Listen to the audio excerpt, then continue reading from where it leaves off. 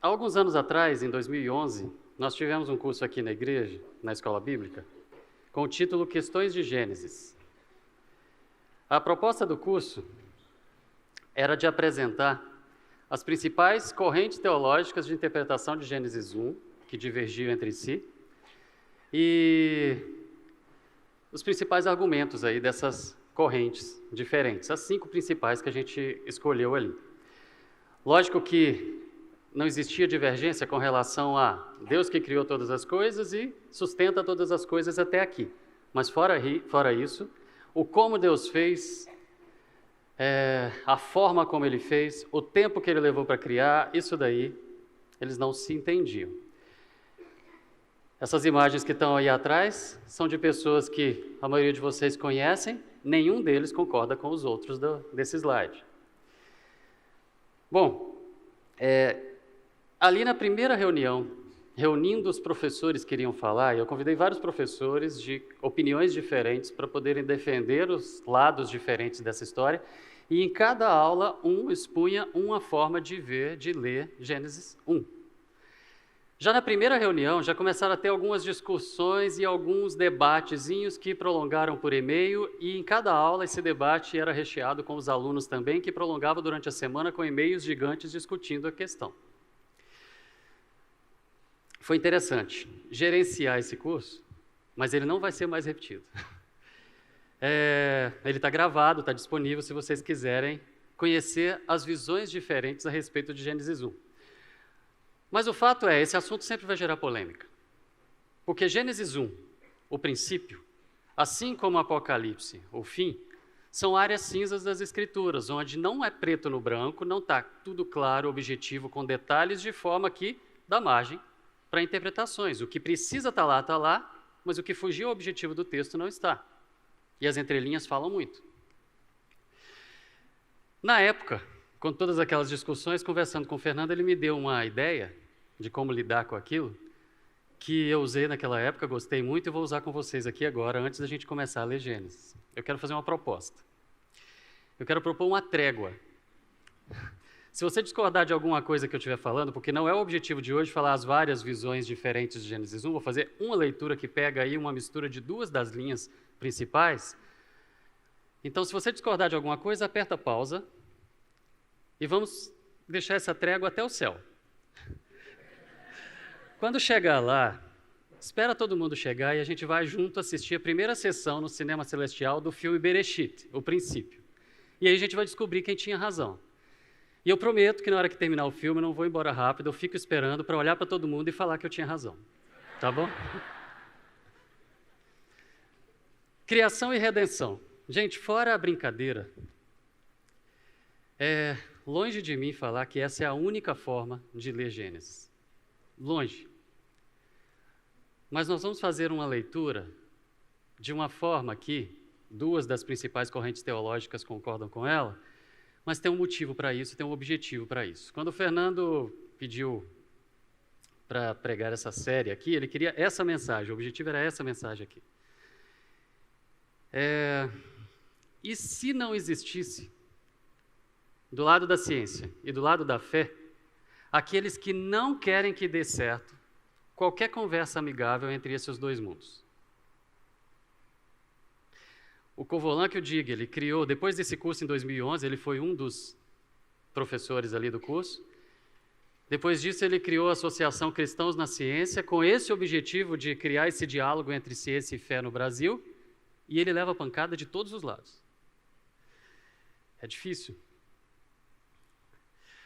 Nós não temos essa realidade, mas dá para a gente imaginar isso. Não temos a realidade de não existir as diferentes opiniões e as diferentes leituras, mas dá para imaginar. Nós temos algumas biografias de diferentes cientistas, pessoas que foram criadas no meio cético, num ambiente ateísta, se tornaram cientistas, vivem dentro do mundo da ciência, conhecem a história da vida pela ótica da ciência, e em um determinado momento chegaram à conclusão de que não dava para poder continuar vivendo sustentando aquela ideia de que não existe um Criador diante de todas as evidências que eles estavam vendo pelos olhos da ciência. E aí raciocinaram da seguinte maneira, aqui tem alguns exemplos de alguns deles. Não estou falando exatamente a história de nenhum desses em especial, mas normalmente a história é assim. Hugh Ross, da Universidade de Toronto, Alistair McGrath, que eu falei na semana passada, de Oxford, Rosalind Picard, do MIT. Normalmente essas pessoas elas associam assim, se existe um Criador, e se ele se comunicou com o homem, essa comunicação deve estar em alguma religião. Então eu quero conhecer esse Criador. E vão atrás de estudar as religiões. E quando se deparam com esse livro e leem a primeira página, eles se impressionam. Ficam deslumbrados, ficam maravilhados e se convertem a esse livro e na continuação da leitura, porque aí não querem mais parar de ler e de estudar, se convertem. Mas se convencem de que isso daqui não é humano. Como que é essa leitura? Como que pessoas que não têm os nossos pré-conceitos formados, ou seja, uma criação dentro da igreja, onde a gente aprende a imaginar um filminho de como que tudo aconteceu quando a gente está lendo a primeira página da Bíblia, o primeiro capítulo de Gênesis, a gente aprendeu a pensar como é. Então, uma pessoa que não teve esse, não aprendeu a pensar e imaginar como é, ele lê o que está escrito. Certo? E ele conhece a história da vida. E é isso que a gente vai fazer aqui. Nós vamos ler o que Deus disse em Gênesis 1 que ele fez, só o que ele disse. E depois eu quero contar para vocês como a ciência conta a história da vida. E depois vocês me digam que impressão vocês tiveram. Só que se eu fizer isso, eu não vou estar, alguns podem imaginar isso, eu não vou estar escravizando, não vou estar submetendo a Bíblia à ciência do século XXI. A ciência do século XXI é um acúmulo de conhecimento de vários séculos. Mas ela não acabou aqui. Ela vai continuar desenvolvendo. Conceitos ainda vão mudar. Eu não penso que a gente, lendo Gênesis 1, pela ótica da ciência, comparando com a ciência do século XXI, a gente está submetendo o texto a isso, não. Esse texto tem um objetivo, isso aqui tem um recado para ser dado, e não tem nada a ver com ciência. Isso aqui não é um texto científico. O objetivo desse texto não é ensinar ciência. E esse texto é entendido por qualquer leitor, em qualquer época, em qualquer lugar, seja do século XXI, do século XV ou do século XXIII. Se alguma coisa mudar na ciência do século XXI para o século XXII, para o século XXIII, o recado desse texto vai ser entendido como tem que ser entendido por um leitor do século XXII, do século XXIII. Isso é um recado do Criador para a sua criatura e ele é atemporal, e é por isso que ele impressiona. E a gente vai ver isso. Então nós vamos ler. Trégua, pausa. No princípio Deus criou os céus e a terra. A terra era sem forma e vazia, trevas cobriam a face do abismo e o Espírito de Deus se movia sobre a face das águas. No princípio, antes de tudo existir, nada existia. O tempo não existia, nada. Mas Deus estava lá e Ele concebeu todas as coisas e Ele sabia exatamente o que Ele queria fazer, o que Ele precisava fazer para chegar onde Ele queria chegar. E Ele concebeu toda a criação. Esse início parece muito mais uma introdução do que Ele vai falar em seguida. E disse Deus, haja luz e houve luz. Deus viu que a luz era boa e separou luz de trevas. Chamou a luz dia e as trevas chamou noite. Passaram-se a tarde e a manhã, esse foi o primeiro dia. De que luz a gente está falando aqui, gente? De luz do sol? Apareceu sol aqui no relato em algum momento? Energia. Nós estamos no início do universo. Não existe nada ainda. Nem o tempo existe. Energia. Deus concentra toda a energia necessária para criar todo o universo, toda a matéria, tudo que existe, tudo que conhecemos e tudo que não conhecemos desse universo, num ponto. E o Covolan que me diga o tamanho desse ponto. Num ponto. E no determinado momento, na realidade, no primeiro momento da existência, do tempo, essa energia se expande. E dessa expansão começa a se originar e passa a existir tempo, espaço e matéria. É o princípio de tudo aqui. E começou com energia. Toda energia que está até hoje nesse universo se concentrou naquele momento, naquele ponto, e começou ali. Depois disse Deus: haja entre as águas um firmamento que separe águas de águas. Então Deus fez o firmamento e separou as águas que estavam embaixo do firmamento das que estavam acima do firmamento. E assim foi. Ao firmamento Deus chamou o céu, passaram-se a tarde e a manhã, e esse foi o segundo dia. De que céu nós estamos falando aqui? Desse céu azul que a gente vê que é fruto do caminho dos raios do sol até chegar nos nossos olhos? Universo. Nós não estamos aqui na Terra ainda. Universo. Toda aquela energia que está se dissipando, está dando origem a todas as pecinhas de Lego para montar todo esse universo. Todas as partículas necessárias para montar isso daqui estão sendo produzidas, estão se originando e estão se separando, porção de porção, aglomerado de aglomerado, uma parte para um lado, outra parte para o outro, aparentemente tudo desordenado, tudo bagunçado, tudo se chocando, explodindo e separando de novo e voltando.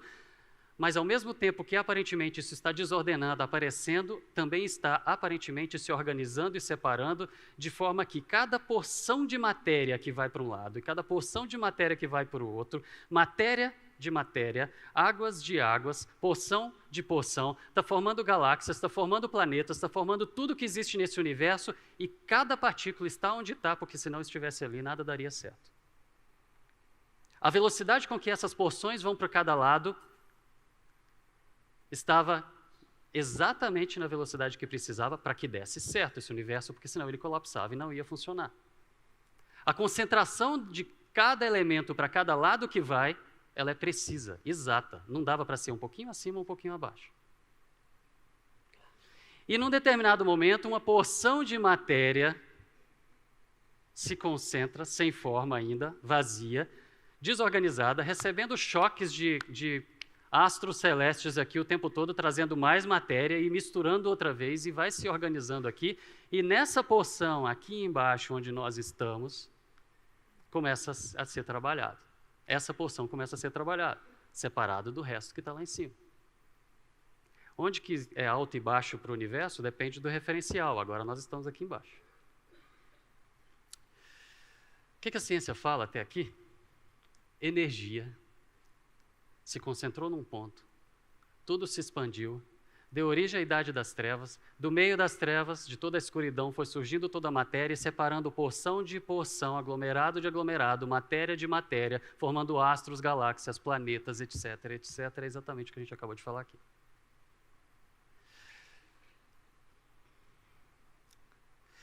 E disse Deus, nós estamos agora com foco aqui, nesse planeta, que ainda está em formação. E disse Deus: ajunte-se num só lugar as águas que estão debaixo do céu, e apareça a parte seca. E assim foi. A parte seca Deus chamou terra e chamou mares ao conjunto das águas. E Deus viu que ficou bom. E disse Deus: ajunte-se num só lugar as águas que estão debaixo do céu, e apareça a parte seca. E a Pangeia apareceu. Quantos já brincaram de recortar o mapa mundi e montar o quebra-cabeça? Porque é um quebra-cabeça ali, as pecinhas todas se encaixam e você monta um continente só. Dá para ter noção o quanto é impossível, num texto escrito há 3.500 anos atrás, essas informações estarem ali? Dá para ter noção que quem escreveu isso daqui teve toda a sua formação numa cosmogonia egípcia, que imaginava que a Terra tinha surgido nas costas de uma gigantesca tartaruga. E ele estava caminhando no deserto em direção a Canaã, e ele tirou isso aqui de trás da orelha. Há 3.500 anos atrás, esse conhecimento não está disponível ao ser humano há mais de 500 anos. Nós estamos aqui a 3.000 quilômetros de distância desse conhecimento ter chegado ao homem e desse texto ter sido escrito. Não dá para imaginar isso antes das grandes navegações, antes do planeta ter sido mapeado, antes dos continentes terem sido mapeados, antes das viagens espaciais, antes dos telescópios existirem, antes de aviões para poder enxergar um continente de cima. Nós estamos há 3.500 anos atrás, e esse texto sendo escrito. Então disse Deus: cubra-se a terra de vegetação, plantas que deem sementes e árvores cujos frutos produzam sementes de acordo com as suas espécies. E assim foi. A terra produziu relva, ervas que davam semente, árvores que davam fruto e cuja semente estava nele conforme a sua espécie, e viu Deus que era bom. Vocês vão lembrar da escola agora, mas me desculpa. Há mais de 300 anos era impossível alguém falar essa ordem: briófitas, pteridófitas, gimnospermas e angiospermas. Alguém lembrou disso? Nós estamos há 3.500 anos atrás, gente. Esse conhecimento só existe há 300 anos. 300 e pouco. Quem escreveu isso daqui, ouviu e assistiu toda essa história acontecendo e depois foi relatar, ou alguém contou para ele.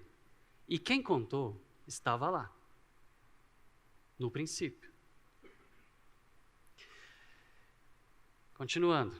E disse Deus: haja, a palavra em hebraico aqui é raia, é apareça. Apareçam luminares no firmamento do céu para separar o dia da noite. Sirvam eles de sinais para marcar as estações, dias e anos. E sirvam, raia, de novo, apareçam os luminares no firmamento do céu para iluminar a terra. E assim foi. Deus fez os 2 grandes luminares, o maior para governar o dia, o menor para governar a noite, fez também as estrelas, e os colocou no firmamento do céu para iluminar a terra, governar o dia e a noite, ciclos, e separar luz das trevas. E Deus viu que ficou bom. Passaram-se a tarde e a manhã, esse foi o 4º dia.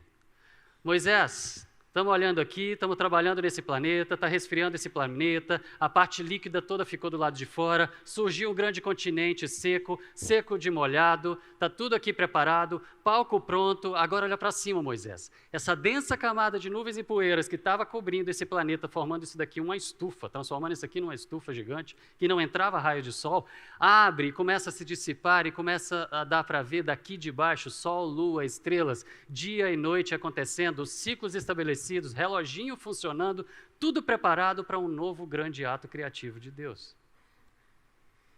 E disse Deus, ele dá uma ordem, para que as suas forças aconteçam, exerçam e criem. E disse Deus: encham-se as águas de seres vivos. Mais uma informação impossível de ser concebida pelo conhecimento humano há mais de 500 anos. A vida surgiu na água. Num texto de 3.500 anos. Num contexto onde nada desse tipo foi escrito, nunca. Não tem nenhum relato, em nenhuma cultura, há mais de 1.000 anos, que fale nada parecido com o que a gente encontra aqui. Aí você pode já ter lido na Super Interessante que sim, tem muitos textos parecidos com a Bíblia, e a Bíblia copiou os textos de outros lugares. Vai ler esses textos que eles estão falando. Você pode acreditar no redator da Super Interessante, mas vai ler a fonte, e vai ler os textos que ele está falando que são iguais. Não tem absolutamente nada a ver. Não existe nenhum relato desse tipo há mais de 1.000 anos. E nós estamos há 3.500 anos. E sobre a terra voam as aves, sobre o firmamento do céu. E assim Deus criou os grandes animais aquáticos. Vocês imaginam que Moisés, depois de ter visto aquilo, ele está relatando grandes animais aquáticos, pensando num tubarãozinho, numa baleinha. Dá uma olhada para esse bichinho aqui, dá para palitar o dente com uma baleia. Os grandes animais aquáticos e os demais seres vivos que povoam a terra, de acordo com as suas espécies. Claro que Moisés viu tubarão e baleia também, no finalzinho desse tempo aqui, desse período. E todas as aves de acordo com as suas espécies, e Deus viu que ficou bom. Será que Moisés viu o canarinho? Provavelmente viu o canarinho, também lá no finalzinho, no último segundo, mas provavelmente quando ele fala de aves, ele tinha visto coisas bem maiores. Com uma bicada levava a gente. Alguns de nós precisariam de 2 bicadas, mas dá para levar. Então Deus os abençoou, dizendo: sejam férteis e multipliquem-se, encham as águas dos mares e multipliquem-se as aves na terra. Passaram-se a tarde e a manhã, este foi o 5º dia. E disse Deus, agora na terra, produza a terra seres vivos de acordo com as suas espécies, rebanhos domésticos e animais selvagens de acordo com as suas espécies, e demais seres vivos da terra, cada um de acordo com a sua espécie. E assim foi. Deus fez os grandes animais selvagens, de acordo com as suas espécies, e os rebanhos domésticos de acordo com as suas espécies, e os demais seres vivos da terra de acordo com as suas espécies. E Deus viu que ficou bom. Qualquer pré-adolescente ou adolescente que estiver aqui agora vai concordar comigo que esses grandes animais selvagens são muito mais interessantes do que um leãozinho, certo? Do que um tigrinho. Mas ele também viu o leão, ele também viu o tigre. Mas no finalzinho desse período aqui. E a água, que está cheia de vida, já começa a pressionar e a vida já vem para as margens. Primeiro os que se arrastam, e os que caminham, e os que voam, e a terra está cheia. A terra está cheia de vegetação, respirando, realizando fotossíntese, mudando toda a atmosfera, e está cheia desses animais gigantes que estão ali respirando, soltando gases à vontade, que fizeram bastante diferença na nossa atmosfera, preparando todo esse ambiente aqui para receber uma fauna que precisava dessa mudança, precisava dessa força atuando, precisava que tudo fosse preparado para que ela pudesse sobreviver. E aí chegaram aqueles que a gente conhece. No penúltimo minuto do segundo tempo. E até aqueles que a gente traz para dentro de casa. Então disse Deus: façamos o homem à nossa imagem, conforme a nossa semelhança. Domine sobre os peixes do mar, sobre as aves do céu, sobre os grandes animais de toda a terra e sobre todos os pequenos animais que se movem rente ao chão. Então, depois de todo esse trabalho, de todas essas forças atuando, Deus vem e coloca a cerejinha no bolo.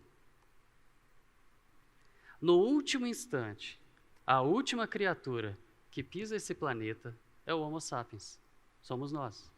Mais uma informação impossível de ser concebida há mais de 500 anos, e nós estamos num texto de 3.500 anos. Dá para entender por que pessoas, quando leem isso, que conhecem a história da vida e leem isso, se impressionam, se apaixonam por esse livro e não largam mais? Depois que eles concluem que estão vivendo no engano, a partir desta página, ela abre as portas. Ok. Criou Deus o homem à sua imagem, a imagem de Deus o criou, homem e mulher os criou. Deus os abençoou e lhes disse: sejam férteis e multipliquem-se, enchem e subjuguem a terra, dominem sobre os peixes do mar, sobre as aves do céu, sobre todos os animais que se movem pela terra.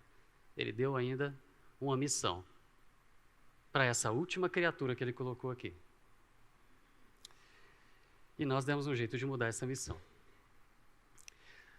Então nós lemos aqui o texto que fala o que Deus fez, o que ele disse que fez. E agora eu quero contar para vocês o que a ciência conta, como um voo rasante sobre a história da vida.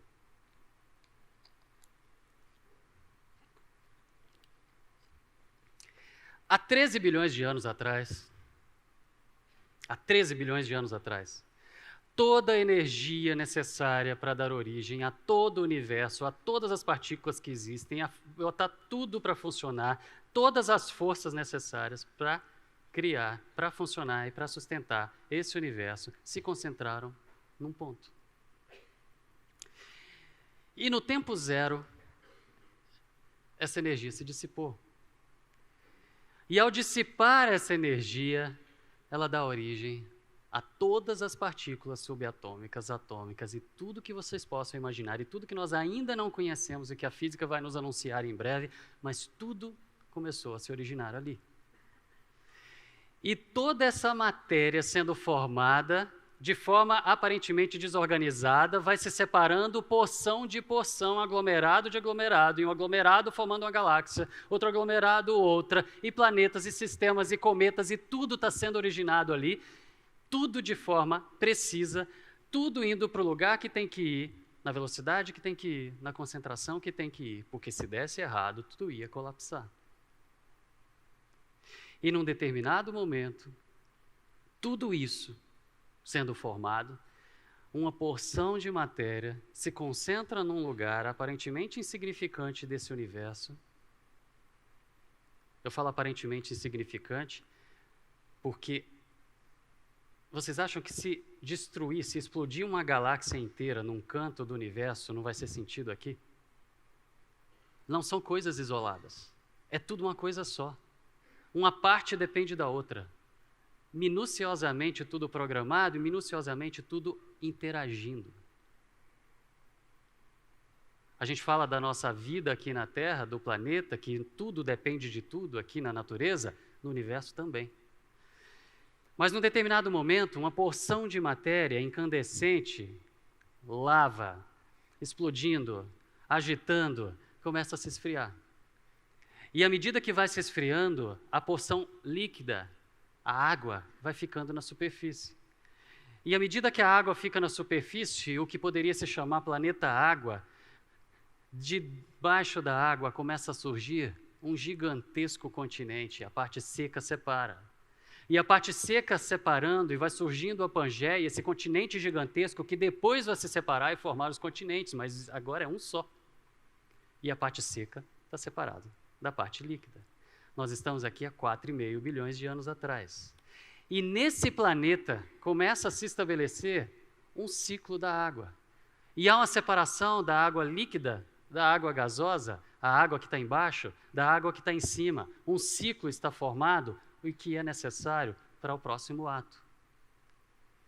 Montanhas e vales surgem. O planeta está preparado. E densas camadas de nuvem cobrem toda a Terra. Não dá para entrar raio do sol aqui, quase nada. Não dá para ver nada daqui de baixo. É uma tremenda de uma estufa. E debaixo dessa estufa a atmosfera é altamente tóxica, não existe oxigênio disponível, não dá para sustentar a vida aqui dentro. Mas dentro da água, lá dentro da água, está tudo pronto. Está preparado para a vida surgir na água. E a vida se origina na água, a molécula da vida surge, se reproduz e se multiplica, e a água vai se enchendo de vida, vida unicelular inicialmente, e a água desse planeta, debaixo dessa estufa, se torna um gigantesco caldo orgânico. Está cheio de vida unicelular aqui. Mas as formas ainda não estão ali definidas e diferentes. Então, num determinado momento, toda essa densa camada de nuvens começa a abrir. E a partir do momento que toda essa camada vai abrindo e vai aparecendo sol, lua, estrelas, os raios solares vão entrando e toda a energia, raio ultravioleta do sol começa a bombardear aqui e todas essas forças bombardeando esse caldo orgânico, acontece o que a ciência chama de milagre. Milagre do Cambriano. É esse que é o nome. Deixa eu fazer uma pergunta. Deus tem mãos? Quando a Bíblia fala das mãos de Deus, ele está usando uma figura de linguagem. Deus tem mãos? Não. Deus tem forças. Que forças vieram atuando até aqui? São forças atuando o tempo todo, separando as coisas, organizando as coisas, criando as coisas, são forças. Deus tem mãos? Não, ele tem forças. E uma dessas forças foi ultravioleta, e os raios ultravioleta batendo nesse caldo orgânico provocaram o que alguns livros chamam de Big Bang da vida. Esse caldo orgânico começa a dar origem a formas diferentes num tempo muito curto para a ciência, por isso que tem alguns livros que falam milagre do Cambriano, porque num tempo muito curto começam a aparecer formas diversas, diferentes, gigantes, pequenas, e isso enche a água. Enche a água. O que a ciência fala é que é como se a natureza estivesse brincando de Lego, de montar, desmontar, trocar, pegar de um lugar, passar para outro. Isso tudo está acontecendo com esse bombardeio de ultravioleta, que é o agente mais mutagênico que tem aqui. A vida toma conta dos mares, das águas, de forma surpreendente, abundante e rápido. Muito rápido. Vocês vão de novo lembrar da escola. Surgem os reinos, filos, classes, ordem, família, gêneros, espécie. Está tudo ali. Bombando dentro d'água. E lá fora ainda está tóxico. Lá fora não cabe mais nada. Lá fora não aguenta sobreviver nada. E num determinado momento, da água para as margens começam a aparecer a vegetação. A vegetação começa a viver na margem, na parte ali que é úmida, que é molhada, e por coincidência aparecem as briófitas relva, pteridófitas, samambaias e afim, gimnospermas que dão semente, angiospermas que dão fruto, que a semente está dentro do fruto. Eu estou lendo a Bíblia? Não, eu estou contando a história da vida segundo a ciência. E à medida que a vida vegetal vai mudando todo o ambiente e muda completamente, passa a existir oxigênio disponível, passa a existir uma atmosfera que prepara o palco para receber o próximo grande passo. A vida animal sair da água e vir para a terra. Primeiro vêm os seres que se arrastam, os que caminham, os que voam, e toda essa fauna modifica por completo essa atmosfera, como uma grande força alterando tudo que está aqui, preparando para o próximo grande passo, preparando para receber a próxima fauna que vai habitar esse planeta que chegou antes da gente. E no último instante, o Homo sapiens. Desde a origem da vida, 600 milhões de anos. Vida microscópica mudando o ambiente, mudando a atmosfera, dando a possibilidade da vida macroscópica mudar o ambiente, mudar a atmosfera, para permitir que cheguem os vegetais inferiores, para mudar a atmosfera e mudar o ambiente, para permitir que cheguem os vegetais superiores, para mudar a atmosfera, para mudar o ambiente, para permitir que cheguem os animais menores, para mudar a atmosfera, para mudar o ambiente, para permitir que cheguem os animais gigantes, para mudar a atmosfera, para mudar o ambiente, para permitir que chegue a diversidade atual. Forças atuando o tempo todo. Deus tem mãos, Deus tem forças. Tudo perfeito, tudo preciso, tudo exato, onde tem que estar, porque se não estivesse ali, nada funcionaria. 13 bilhões de anos de trabalho para poder chegar no final e colocar aqui a última criatura. E para essa criatura ele dá uma missão. E a missão inicialmente era explorar, usufruir, conhecer, desfrutar, deslumbrar, cuidar. Era um mordomo. Era um mordomo. O que a gente acabou de ver aqui, gente? Duas histórias que se fundem? Eu acho que não. Você pode escolher contar essa história colocando Deus como agente criador. Mas você também pode contar essa história colocando palavras vazias, como o acaso, a mãe natureza, a vida, como agente criador. Mas ninguém em sã consciência, com um mínimo de honestidade intelectual, pode admitir que a gente não está, pode afirmar que a gente não está contando aqui a mesma história. É uma mesma história com dois pontos de vista diferentes, partindo de dois pontos de vista. Mas é a mesma história. Você pode escolher acreditar nela e contar essa história da maneira que você quiser, colocando como agente criador quem você quiser e o nome que você quiser. Mas é a sua escolha, porque nós estamos aqui diante de uma única escolha, de uma única história. São duas obras do mesmo autor,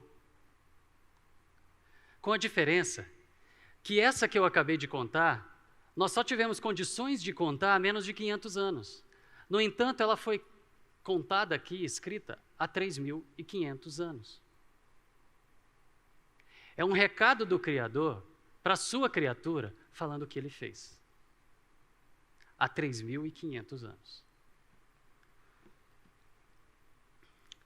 Ok, pode existir alguns pontos de divergência? Podem, mas isso não é nada, comparado com o recado que esse livro tem para dar. Tudo que Deus quis que fosse revelado, que fosse escrito aqui, foi escrito com detalhes. O que ele não quis que tivessem detalhes, cabe a nós pesquisar, estudar, aprender e admirar. Porque lá, tanto lá quanto aqui, foi criação dele, foi obra dele. Você estudando lá e você está descobrindo e desvendando os detalhes que ele não quis colocar aqui. Não adianta a gente tentar arrancar detalhes daqui que não tem.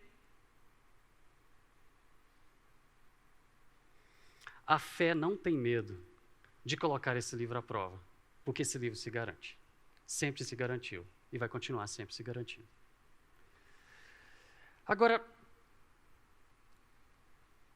alguns de nós são fascinados por discutir esses detalhes e essas entrelinhas. Gente, não vale a pena tentar convencer ninguém sobre detalhes e entrelinhas antes de apresentar o recado que era o objetivo desse texto e que não era ensinar ciência. Alguns de vocês não conhecem esse detalhe. Alguns de vocês não conhecem esse recado.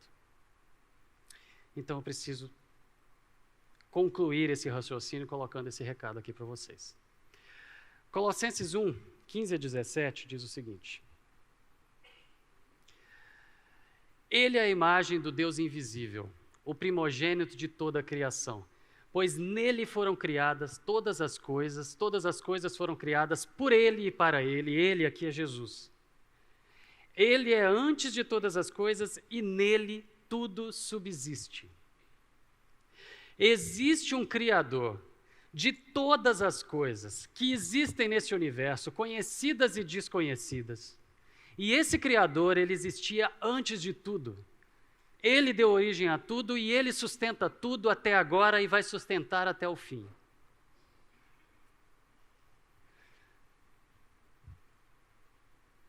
Meus queridos, foram 13 bilhões de anos trabalhando, tudo por ele, tudo para ele, para no final ele apontar para essa criatura que ele criou, a última delas, e dar uma missão para ele, como eu falei. E com essa criatura, ele estabelece um relacionamento pessoal. E essa criatura que ele estabeleceu um relacionamento pessoal, decidiu romper esse relacionamento com ele. E todos nós somos descendentes dessa criatura. Todos nós nascemos após esse rompimento. Todos nós nascemos já separados do Criador. E por causa desse rompimento, toda a natureza, todo o universo, tudo está ruindo, desmoronando, definhando, acabando, morrendo por causa desse rompimento. E todos nós continuamos rompendo quando decidimos ficar do lado do mal, do pecado, do que a Bíblia chama de pecado, que é o contrário da expectativa de Deus para as nossas vidas. Romanos 3:23 diz: pois todos pecaram e estão destituídos, separados da glória de Deus. Não sobra ninguém. Ninguém presta.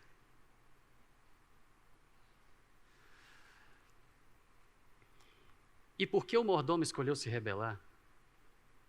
Por causa desse rompimento, tudo degradado, tudo morrendo, o que dá para fazer? Esse Criador perfeito, puro, justo, não admitia que um ser imperfeito, impuro, injusto, rebelde, que rompeu com ele, que escolhe todos os dias romper com ele, pudesse se relacionar com ele novamente. Acabou. Está separado. Criador para um lado, criatura para o outro. Por escolha nossa. E é impossível qualquer um de nós fazer qualquer coisa para solucionar esse problema. Então o Criador se torna o Redentor.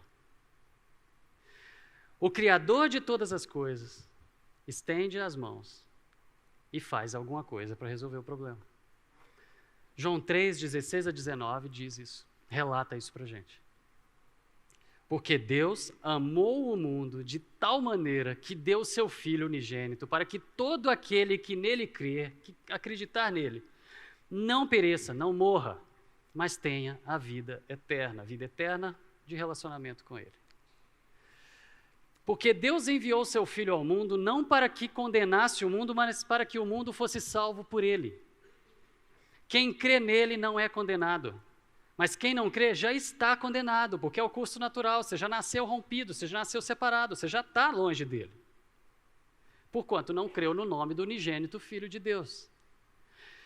E a condenação é esta, que a luz veio ao mundo, E os homens amaram mais as trevas do que a luz, porque as suas obras eram más. O Criador de todas as coisas se esvazia do seu poder e nasce humano, se torna homem, nasce de mulher e vive uma vida inteira aqui. Foi visto, conviveram com ele, viveu uma vida inteira, não escolheu em momento algum a desobediência. Não escolheu em momento algum o mal. Não escolheu em momento algum ficar do lado oposto da expectativa de Deus e do Criador para todos nós. E este indivíduo que não pecou, que não errou, que não fez nada para merecer nenhum castigo, que não tinha culpa nenhuma, ele se entrega para morrer pela culpa de todas as pessoas, de todas as épocas, de todos os lugares, independente da sua condição, e nele mesmo não tinha nenhum mal, não tinha culpa nenhuma. Romanos 5:8. Mas Deus prova o seu amor para conosco quando Cristo morreu por nós, sendo nós ainda pecadores. E quem entende isso, quem entende a implicação disso para a sua vida, e entende que isso é suficiente para resolver o problema, tem o seu relacionamento reestabelecido com Ele, de forma que nada, nem a morte, vai romper isso de novo. É eterno. Acabou.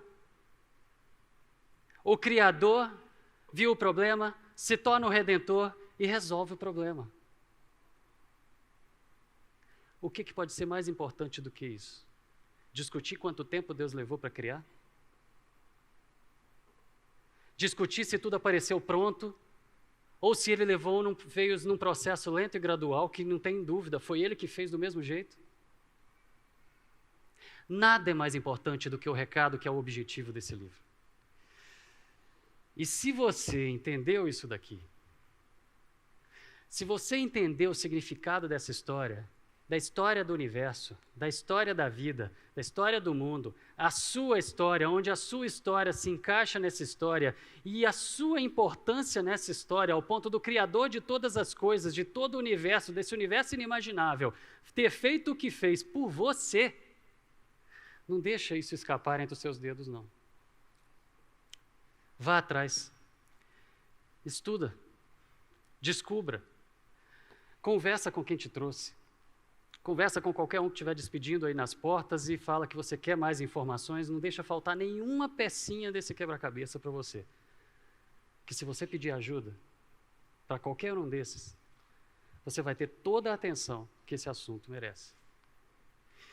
Como eu falei semana passada, ninguém tem o direito e ninguém tem a capacidade de te enfiar goela abaixo as suas próprias escolhas pessoais e ditar o que você pode ou não pode acreditar, ou a maneira como você pode ou não deve ou não deve pensar. A vida é sua. As consequências são suas. A escolha é sua. Só cabe a você escolher. Faça as suas escolhas.